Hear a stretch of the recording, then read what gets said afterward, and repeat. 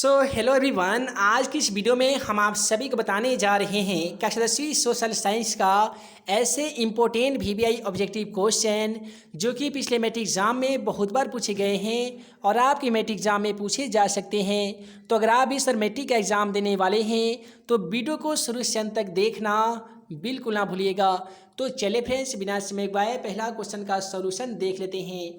दोस्तों, पहला सवाल में बोला गया है कि जिस देश का राष्ट्रीय आय अधिक होता है वह देश क्या कहलाता है। काफ़ी ही सिंपल इसका आंसर हो जाएगा कि जिस भी किसी देश का राष्ट्रीय आय अधिक होता है वह देश विकसित कहलाता है, और जिस भी किसी देश का राष्ट्रीय आय सबसे कम होता है उस देश को हम लोग अविकसित देश कहते हैं। तो फिलहाल क्वेश्चन नंबर 10 का सही जवाब ऑप्शन बी होगा। उसके बाद में अगला सवाल कहता है कि इनमें से किसे पिछड़ा राज्य कहा जाता है। बहुत ही अफसोस के साथ कहना पड़ रहा है कि हमारे ही राज्य बिहार को पिछड़ा राज्य के दर्जा के रूप में माना जाता है और पिछड़ा राज्य की कैटेगरी में बिहार को ही रखा जाता है। उसके बाद में अगला सवाल क्वेश्चन 12 कहता है निम्नलिखित में से कौन सा विनिमय का सर्वोत्तम माध्यम है। यानी विनिमय का मतलब होता है खरीद और बिक्री, लेन तथा देन करने के लिए उत्तम जो स्रोत है, उत्तम जो माध्यम है वो क्या है। तो वो है मुद्रा, जिसे हम लोग रुपया के नाम से जानते हैं। उसके बाद में अगला सवाल कहता है कि भारत में वित्तीय वर्ष होता है। तो दोस्तों, भारत में जो वित्तीय वर्ष होता है ना वो 1 अप्रैल से 31 मार्च तक होता है। इसलिए क्वेश्चन 13 का बिल्कुल सही जवाब ऑप्शन सी हो जाएगा, 1 अप्रैल से 31 मार्च तक। उसके बाद में क्वेश्चन 14 कहता है कि संघ सरकार का उदाहरण क्या है। यहाँ पे 4 देशों का नाम दिया गया है, इनमें आप सभी को बताना होगा संघ सरकार का उदाहरण क्या है। तो वह है अमेरिका। क्वेश्चन का सही जवाब ऑप्शन ए होगा। उसके बाद में आपका क्वेश्चन नंबर 15 कहता है निम्नलिखित में से कौन सा राष्ट्रीय दल नहीं है। दोस्तों याद रखिएगा, भारतीय राष्ट्रीय कांग्रेस राष्ट्रीय दल है, लोक जनशक्ति पार्टी जिसे हम लोग एलजेपी कहते हैं, जिसके अनुयायी अभी चिराग पासवान जी हैं, तो लोक जनशक्ति पार्टी भी राष्ट्रीय दल है। और यहाँ पे भारतीय जनता पार्टी जिसे हम लोग बीजेपी कहते हैं ये भी राष्ट्रीय दल है। लेकिन ऑप्शन बी की बात करें जिसका नाम है बहुजन समाजवाद पार्टी, ये आपका राष्ट्रीय दल की कैटेगरी में नहीं आता है। क्वेश्चन का सही जवाब ऑप्शन बी होगा। अगला सवाल क्वेश्चन 16 कहता है कि सत्ता में साझेदारी सही है क्योंकि। तो दोस्तों, सत्ता में साझेदारी इसलिए सही है क्योंकि यह विविधता को अपने ओर समेट लेती है। यहाँ भी क्वेश्चन का सही जवाब ऑप्शन ए हो जाएगा। उसके बाद में अगला सवाल कहता है सांप्रदायिक राजनीति किस पे आधारित है। जैसा कि हम आप सभी को राजनीति के पहले वाले चैप्टर में उसके व्याख्या में हम आप सभी को पढ़ाए थे कि जब एक ही जाति और धर्म के लोग दूसरी जाति एवं धर्म के लोगों को अपने से हीन मानने लगते हैं उसे ही हम लोग सांप्रदायिकता कहते हैं। तो सांप्रदायिकता की जो राजनीति होती है ना वो धर्म पे आधारित होती है। धर्म का नया नया भेदभाव फैलाकर वोट प्राप्त करना, बहुमत प्राप्त कर सत्ता का संचालन करने, वैसे राजनीति को हम लोग सांप्रदायिक राजनीति कहते हैं। तो आप सभी को मालूम हो गया होगा कि सांप्रदायिक जो राजनीति है ना ये धर्म पर आधारित है। अगला सवाल क्वेश्चन 18 कहता है कि भारतीय संविधान के अनुच्छेद 19 में देश के सभी नागरिकों को कौन सा मूल अधिकार दिया गया है। दोस्तों याद रखिएगा, भारतीय संविधान के अनुच्छेद 19 में भारत के सभी नागरिकों को स्वतंत्रता का अधिकार दिया गया है। उसके बाद में अगला सवाल हमारा कहता है अंतर्राष्ट्रीय महिला दिवस किस तिथि को मनाया जाता है। दोस्तों याद रखिएगा, 8 मार्च को ही अंतर्राष्ट्रीय महिला दिवस मनाया जाता है।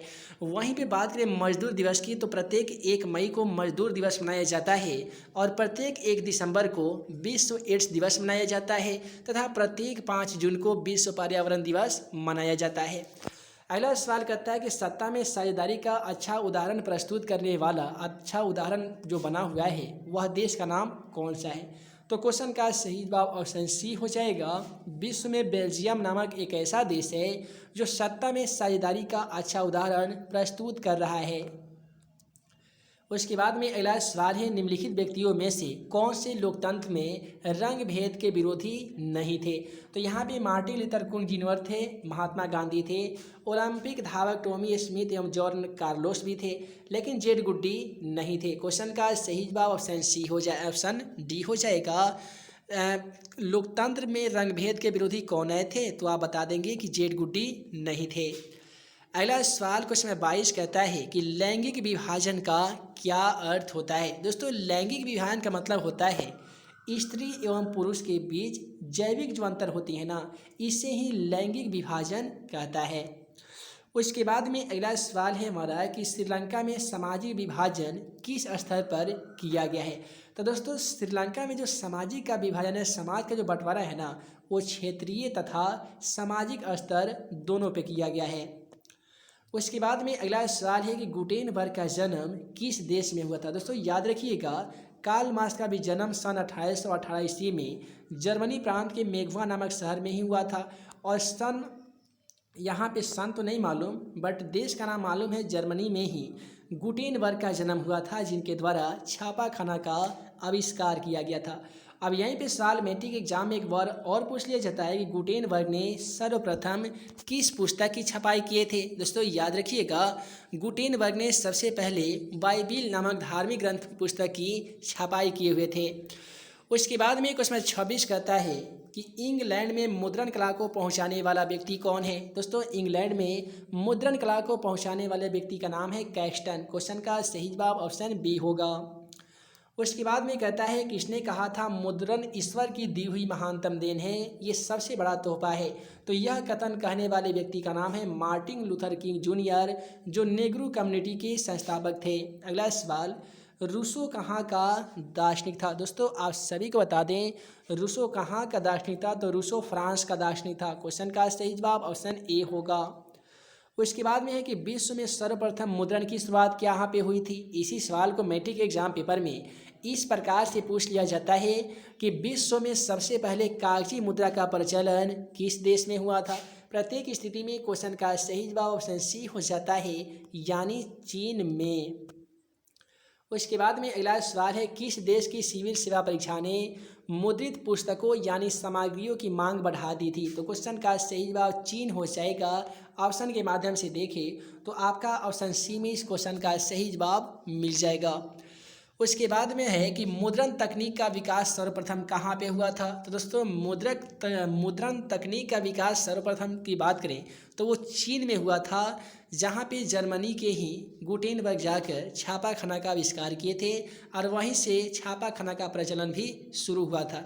तो ये चीज़ हमेशा के लिए जान जाइए, मुद्रण से रिलेटेड देश से संबंधित जो भी सवाल आएगा ना, प्रत्येक स्थिति में हर एक ऑप्शन में आपको चीन को ही चयन करना होगा। ज़्यादातर मुद्रण तकनीक से रिलेटेड जितना भी सवाल होते हैं, ये सभी सवाल का संबंध चीन देश से होता है। उसके बाद में अगला सवाल है टेनमेंट्स क्या था? टेनमेंट्स को हम लोग कहते थे काम चलाऊ मकान को ही टेनमेंट्स कहा जाता था। क्वेश्चन का सही जवाब ऑप्शन ए होगा। अगला सवाल, सबसे पहले भूमिगत रेल कहाँ बनी थी? तो दोस्तों, लंदन के पोडिंगटन एवं फेरियन स्ट्रीट के बीच में बनी थी सबसे पहले भूमिगत रेल। तो क्वेश्चन का सही जवाब ऑप्शन ए हो जाएगा। कहाँ बनी थी? तो लंदन में बनी थी। उसके बाद में कहता है सबसे पहले भूमिगत रेल कब बनी थी? कहाँ पे बनी थी? तो आप जान गए कि लंदन में बनी थी। और ये कब बनी थी? तो दोस्तों, ये बात है 1863 ईस्वी में, जब सबसे पहले भूमिगत रेल कहाँ बनाई गई थी? तो लंदन में बनाई गई थी।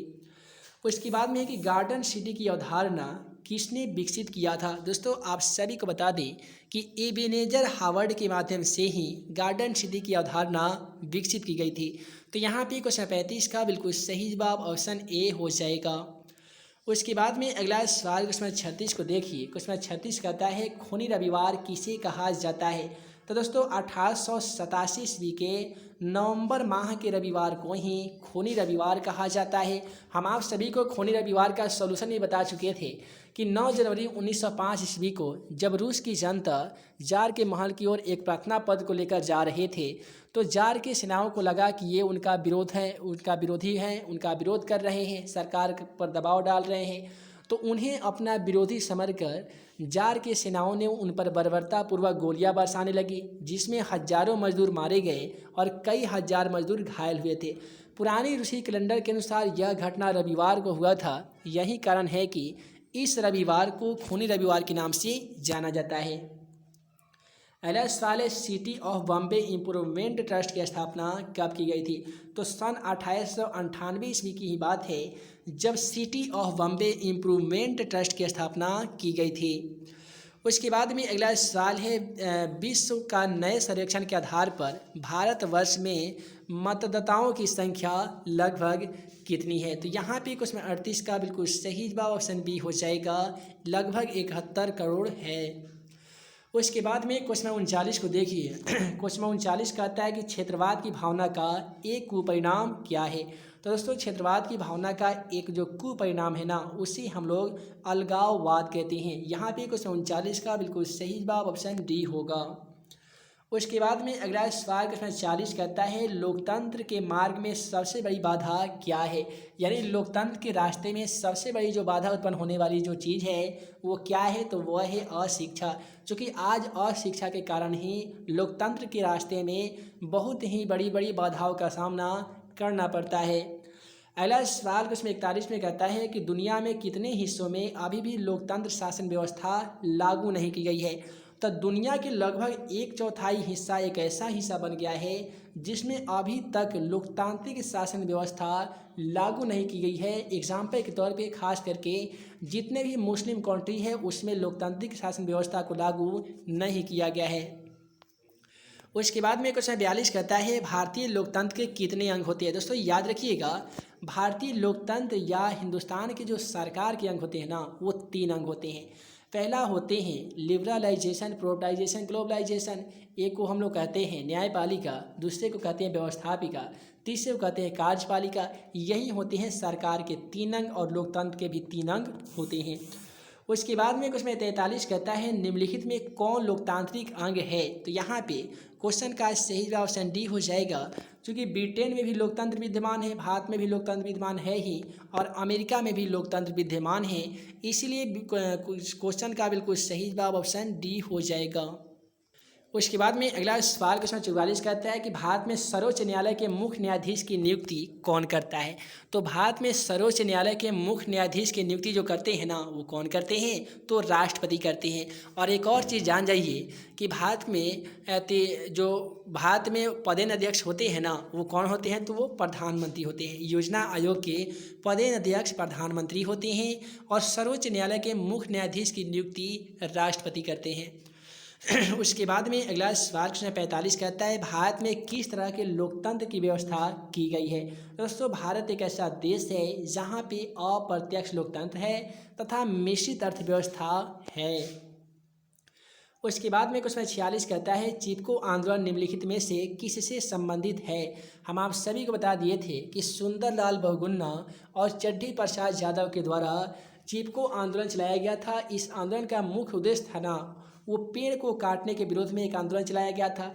इसका मुख्य उद्देश्य था पेड़ वन तथा पर्यावरण की सुरक्षा करना। तो इस आंदोलन से जुड़े सभी लोग पेड़ से जाकर चिपक जाते थे और पेड़ के काटने वालों को मारकर भगा दिया करते थे। तो यहाँ पे क्वेश्चन का सही जवाब ऑप्शन ए हो जाएगा। तो ये दोस्तों वीडियो लंबी ना हो, जिस कारण मैं इस वीडियो को यहीं पे एंड करता हूँ। उम्मीद है आज का यह वीडियो आप सभी को पसंद आया हो तो वीडियो को लाइक करें, अपने दोस्तों के साथ शेयर करें। ऐसे ही नए नए वीडियो पाने के लिए आप हमारे YouTube channel math and magic tips को सब्सक्राइब करना बिल्कुल ना भूलिएगा। तो हे दोस्तों, हम जल्द मिलेंगे अगले वीडियो में नए वीवीआई क्वेश्चन के साथ। तब तक के लिए वीडियो के लिए बहुत बहुत धन्यवाद।